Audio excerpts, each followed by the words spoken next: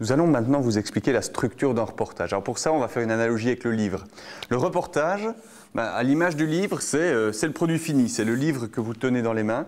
Donc concrètement ici, c'est le film, le produit audiovisuel que vous aurez à livrer au terme de l'exercice, que vous aurez à uploader sur YouTube. Donc ça, c'est le reportage.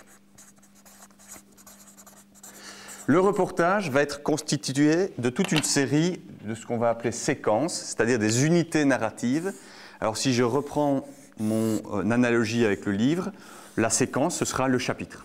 Un reportage est constitué de plusieurs séquences. Un découpage type, ce serait une séquence d'introduction. Et donc vous avez une même unité narrative qui s'opère pendant l'introduction. C'est là que vous allez poser le sujet, que vous allez exprimer et expliquer les enjeux.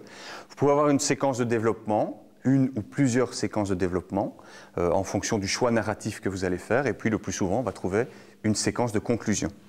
À l'intérieur de ces séquences, on retrouve le plan.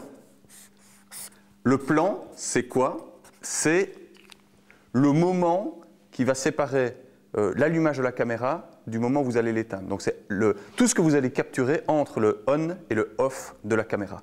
On vous conseille vraiment de varier vos plans, sinon vous allez avoir un produit fini qui va être très ennuyeux à regarder. Vous avez donc intérêt à découper au sein de votre séquence plusieurs plans.